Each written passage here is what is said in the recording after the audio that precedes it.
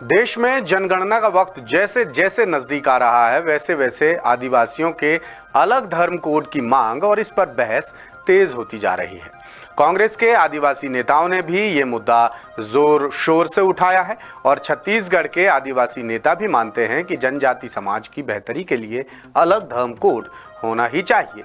इधर आदिवासियों को साधने के लिए राष्ट्रीय स्वयंसेवक संघ यानी आरएसएस ने भी एक बड़ा प्लान तैयार किया है, जिस पर अमल विजयादशमी पर्व से शुरू हो जाएगा। आदिवासियों को हिंदुत्व के धागे में पिरोने के लिए संघ की टोली छत्तीसगढ़ के 20,000 गांव और 50 लाख लोगों के घरों तक पहुंचेगी। एक हाथ में भारत माता की तस्वीर होगी और दूसरे हाथ में हिंदुत्व की किताब होगी। ये लेकर राष्ट्र प्रेम के साथ हिंदुत्व की अलग जगाएगी संघ की टोली। स्वयंसेवक हर घर में जाकर लोगों से बातचीत करेंगे, उन्हें हिंदुत्व की भावना समेत समाज और राष्ट्र के प्रति जागरूक करेंगे, जिसके केंद्र में तू मैं एक रक्त यानी हिंदू और आदिवासी एक हैं की भावना होगी। क्या है ये पूरा मामला, देखिए रायपुर से हमारे ब्यूरो चीफ अरुण तिवारी की पड़ताल करती ये खास रिपोर्ट।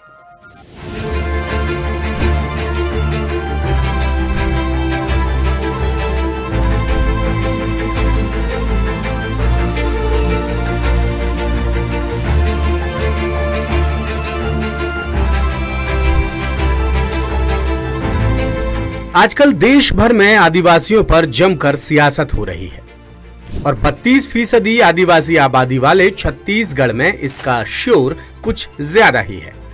छत्तीसगढ़ के मुख्यमंत्री विष्णुदेव साय आदिवासी हैं, तो कांग्रेस के प्रदेश अध्यक्ष दीपक बैज भी इसी वर्ग से आते हैं। इन दिनों आदिवासी नेताओं के बयानों ने भी राजनीति के तार को झंझना दिया है। आदिवासी हिंदू हैं या नहीं, अब बहस इस पर छिड़ गई है। दीपक बैज ने आदिवासियों के लिए अलग धर्म कोड की मांग की। वहीं मध्य प्रदेश के नेता प्रतिपक्ष आदिवासी नेता उमंग सिंघार ने भी कहा कि वो आदिवासी हैं, हिंदू नहीं।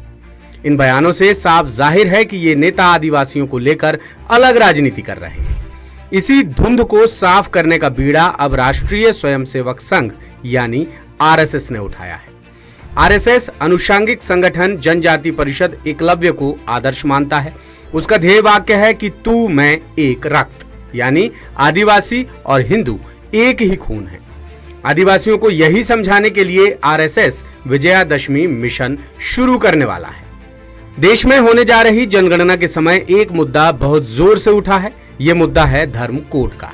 सर्व आदिवासी समाज की महिला विंग की अध्यक्ष सविता साय कहती हैं कि जनजाति समाज की बेहतरी के लिए अलग धर्म कोड होना निहायत जरूरी है। ये कैसा होगा, ये बड़ा मुद्दा है।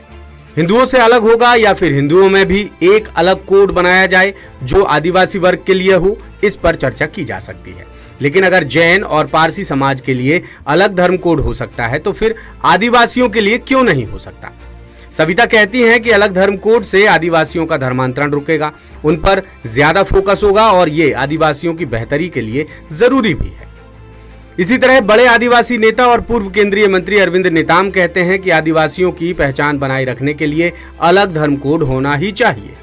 नेताम के मुताबिक उन्होंने नागपुर में हुए संघ के कार्यक्रम में भी यही बात कही थी। यदि दूसरे धर्म को इसमें मान्यता मिलती है तो फिर आदिवासियों को अलग धर्म कोड क्यों नहीं मिलना चाहिए।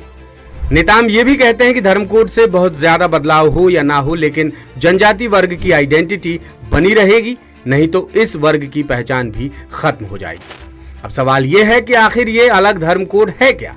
तो इसे मुख्य रूप से सरना धर्म कोड के नाम से जाना जाता है। भारत में आदिवासी समुदायों की ओर से अपनी विशिष्ट धार्मिक और सांस्कृतिक पहचान को जनगणना में अलग से दर्ज कराने की ये मांग है, ताकि उनकी आस्था को औपचारिक मान्यता मिल सके।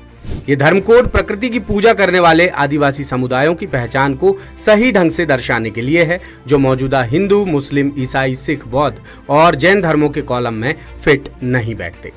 अलग धर्म कोड की मांग इसलिए भी हो रही है क्योंकि आदिवासी समूह अपनी एक अलग धार्मिक पहचान बनाना चाहते हैं, क्योंकि उनकी प्रकृति पूजा और रीति रिवाज बाकी धर्मों से अलग है।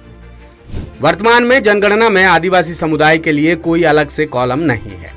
उन्हें हिंदू, मुस्लिम, ईसाई, सिख, बौद्ध या जैन में से कोई एक विकल्प चुनना पड़ता है या फिर अन्य के विकल्प का चयन करना पड़ता है। अलग धर्म कोड की मांग करने वाले मानते हैं कि इससे जनगणना में उनकी वास्तविक संख्या और धार्मिक पहचान सही ढंग से दर्ज हो सकेगी, जो उनके हक और अधिकार को सुनिश्चित करेगा। ये कोड आदिवासियों की सांस्कृतिक और धार्मिक स्वतंत्रता की रक्षा करेगा, जो अनुच्छेद 25 के तहत सुनिश्चित और सुरक्षित है। राष्ट्रीय स्वयंसेवक संघ ने छत्तीसगढ़ में हिंदुत्व और राष्ट्रभक्ति का संदेश आम जन तक पहुंचाने के लिए एक बड़ा अभियान प्लान किया है। आरएसएस के मुताबिक 25 सितंबर से 15 अक्टूबर तक छत्तीसगढ़ के 19 शहरों, 666 बस्तियों और 1601 मंडलों में विजयादशमी उत्सव मनाया जाएगा। फिर 1 नवंबर से आरएसएस के स्वयंसेवक 50 लाख घरों में जाकर भारत माता की तस्वीर बांटेंगे और संघ के विचारों से जनता को जोड़ने की कोशिश करेंगे। संघ का मानना है कि राष्ट्र निर्माण के लिए समाज में राष्ट्रीयता की भावना मजबूत होना जरूरी है, इसीलिए व्यापक गृह संपर्क अभियान के तहत घर घर जाएंगे।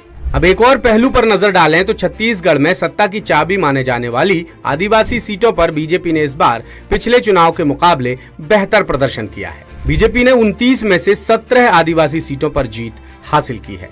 चुनावी विश्लेषकों के मुताबिक आदिवासी इलाकों में पीएम मोदी, केंद्रीय गृह मंत्री अमित शाह और बीजेपी प्रमुख जेपी नड्डा की रैलियों समेत आदिवासी इलाकों से पार्टी की 2 परिवर्तन यात्राओं की शुरुआत और चुनाव से पहले के वादों ने बीजेपी के पक्ष में काम किया है। छत्तीसगढ़ की 90 सदस्यीय विधानसभा में 29 सीटें अनुसूचित जनजाति वर्ग के लिए आरक्षित हैं। प्रदेश में करीब 32% आबादी आदिवासियों की है। वहीं कांग्रेस ने 2018 के विधानसभा चुनाव में 25 आदिवासी सीटों पर जीत हासिल की थी, जो इस बार घटकर 11 रह गई। यही वजह है कि 2018 में सत्ता हासिल करने वाली कांग्रेस 2023 के विधानसभा चुनाव में सत्ता से बाहर हो गई। लेटेस्ट, इन्वेस्टिगेटिव और इन डेप्थ खबरें देखने के लिए ज्वाइन कीजिए द सूत्र का व्हाट्सएप चैनल, सब्सक्राइब कीजिए यूट्यूब चैनल, लाइक कीजिए फेसबुक पेज और पढ़ते रहिए वेबसाइट www.daसूत्र.com।